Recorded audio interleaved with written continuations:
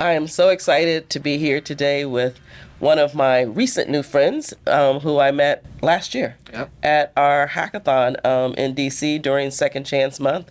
For those of you who want to know a little bit more about a hackathon, you can venture over in on the R3 site, and there's some information about a hackathon, and you'll probably see Colie Long there as well. So, Colie, first, welcome. Thank you for having me. Yeah, it's so nice to meet you.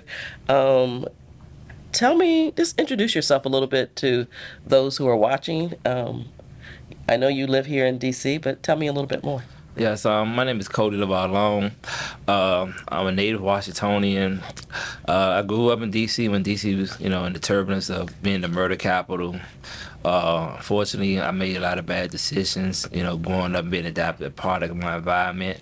I got in trouble when I was 18, and I was convicted of a violent offense, and subsequently sentenced to life without parole, and I ultimately served 26 years in prison. And I'm recently released. I came home July 29, 2022, so I've been home 18 months now. I'm currently a program associate and a student at Georgetown University at the Georgetown Prison Justice Initiative program, and I'm just grateful to be here. Sky's the limit. Wonderful. Thank you. So nice to, first of all, 18 months. I never hesitate just to remind people, like, welcome home. 18 months is not a long time, especially when you were incarcerated for 26 years. Yes. So tell me, like, since being home, some of the things that you've done since you've been home. Oh, like I shared with you earlier, it's just it's surreal from having your life relegated to having your only form of identity is a prison ID, and then you know coming home, and then now you find yourself with a passport. And I think when I was inside, some of my, because there's a lot of activities you can get into to escape prison. Some people do drugs, going joint gangs. Mental escape, right? Mental Okay, escape. got Mental it.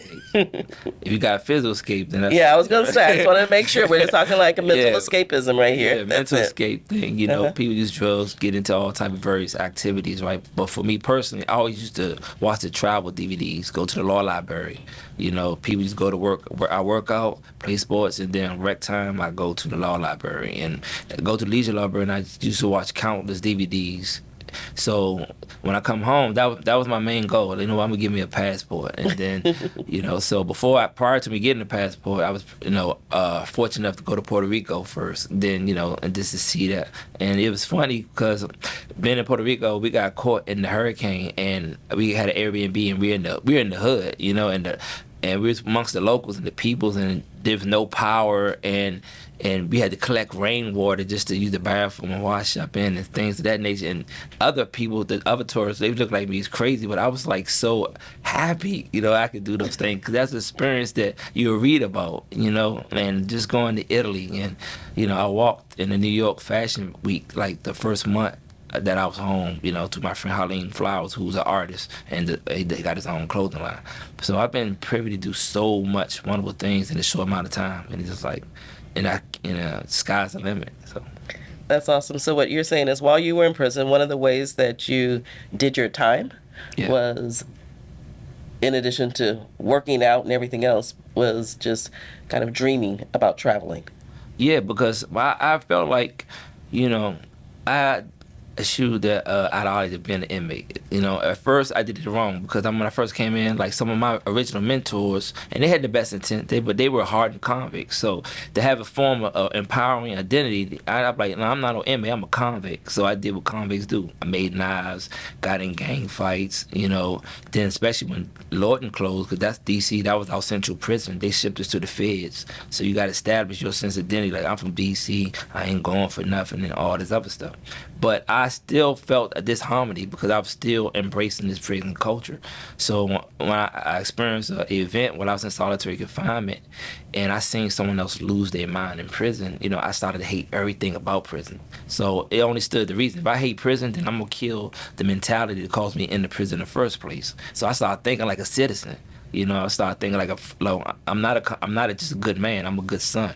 And that was the impetus for me to write my first book. You know, 'cause I used to always live in my head. You know, I was living vicariously through the books I read. So I just want to create a world and also share other people like the world that I came from. You know, and that remind them that I'm not just this event, but this is the culminating event that made these choices that I made. You know, so that was my, you know, my first like freedom of being liberated mentally. So I tell everybody, people that, you know, this is, you know, this is just a physical manifestation of my mental liberation that happened 20 some years ago. Wow. So you went to prison at 18. You were there for 26 years, Hmm. but it was the watching someone, what you said, lose their mind while you were in solitary confinement that Yes. made you decide to change. Yes. So do you consider yourself a good man, a good citizen, a good son, those things that you were talking about? Do you think you are on that track? You're living up to that now? Yeah, most definitely I am. You know, I mean, good is a relative term. You know, I'm just living. I'm just in a position to maximize potential, and I'm just grateful that in that track, I'm doing a lot of good for myself and for others. And I think it started with forgiveness, because you know, like, because it started with healing. You know, prison. I don't believe in rehabilitation. Prison does not rehabilitate you. It just gives you space if you maximize it for healing. You know, and that healing starts with me forgiving my father. You know, because I really feel like his thing, like, I don't want to get too long with it, but my father, he was very abusive, and at the age of 12 I feel like I'm gonna have to kill my father or he's gonna kill me, and it ultimately caused me to run away from home, and I got submersed in the street things. But prior to me coming home, because I came home from the IRA law, the Incarceration Reduction Amendment Act, they have a set of mitigating. You have to go through a psych evaluation to determine your threat assessment, and they do backgrounds on your family history. So when I discovered my family, because my father never talked to me, I never knew my father, you know. But when I discovered what my father went through, my father didn't do anything to me that wasn't done to him. So when I learned to forgive him, like, you know, actually, I came home and I actually met him, because my father never seen me when I was incarcerated. So when I came home, that was the first time I seen him in over 26 years. And I remember I had a lot of resentment in my heart, you know, because that was the main thing, hurt people the most. So that was the main thing why I used to work out so hard, because I never let another person do anything to me that I can't defend myself. So I used to work out, get big as I can, and get in the fights I hope. And I had that resentment still till I seen him. But when I actually seen my father, he's not in the best of health. And thinking about what my dad went through, you know, I just forgave him. You know, and ultimately, I really felt shackles released from my spirit. I really felt like an extra sense of freedom, and the world just seemed much better. And actually, at 46 years old, I have the best a father-son relationship with my dad that I didn't have when I was 4 years old.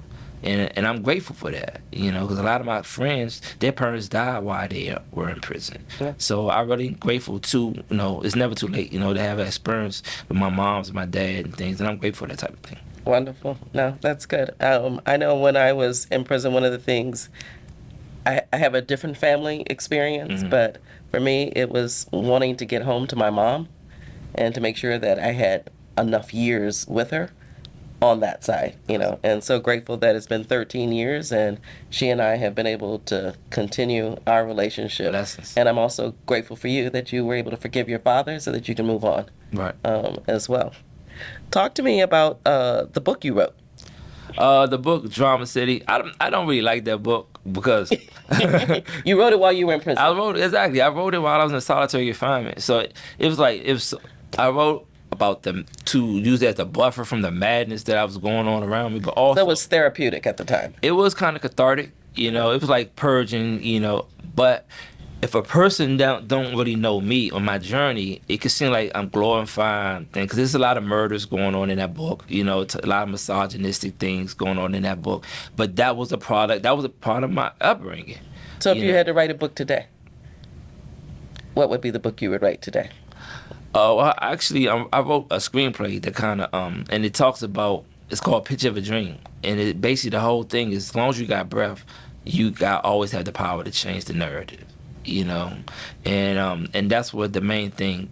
I just remind people, because people are just so complacent of being a product of the environment. Oh, I was born poor, so I'm just gonna rob. You know, or you know, I'm a gangster, so I'm just gonna kill somebody or something like that. You know, and that's all they was taught. But no, but that's not all you have the capacity to be. And I just remind people that. I want to ask you one question, just a little bit different. Mhm. Um, well, you're from DC, so I feel like I know this answer. What's your favorite song or your favorite genre?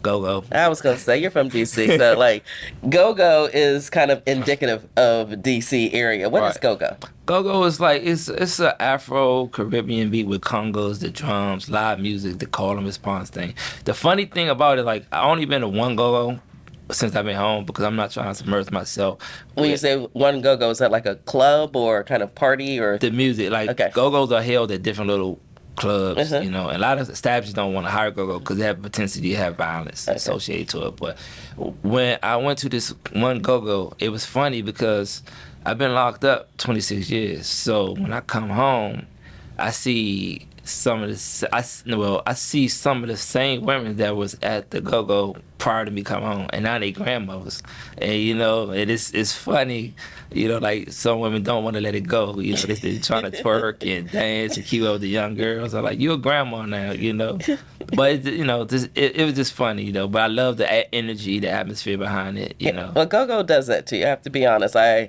knew you were gonna say go-go. You know, I live in Maryland, so you know I'm familiar with go-go, and I like it. Now, you won't find me twerking, but I do like go-go. So, last question is travel. You said that while you were in prison, you were dreaming of traveling. You were watching traveling shows.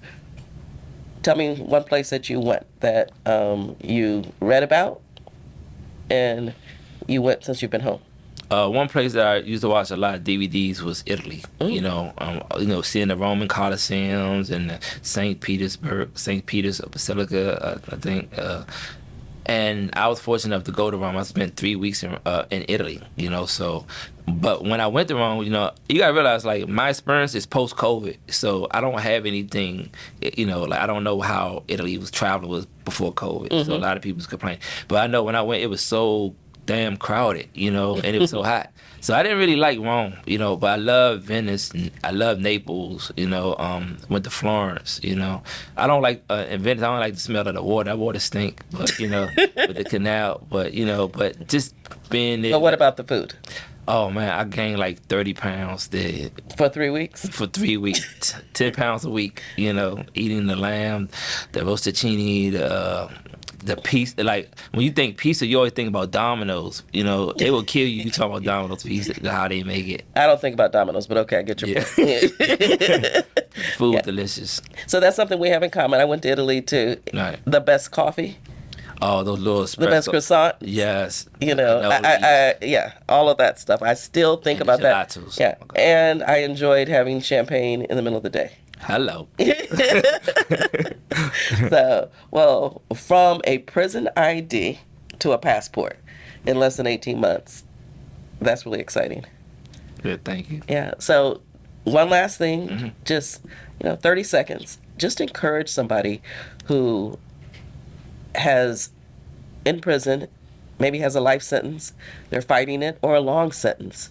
You know, like literally 18 months later, you're working at Georgetown. You went to Italy. All the things that you're talking about, an amazing success story. Super proud of you. But talk to somebody who needs that level of encouragement that they're in prison, being a little bit more of a knucklehead, like you talked about in the beginning. But, that's not going to get you home sooner when these, opportunities show up. So just encourage somebody for about 30 seconds of what should they be doing right now. And remember, they're looking at you on a prison tablet where Right. they have lots of opportunity. All right. Basically, I just tell them, man, if you got life, you got life, and you can turn that life sentence into life of substance. If you're on man time, then own up and be the man that you want to be, and not what people see you are. And you have the power to do that. If I can do it, you can do it.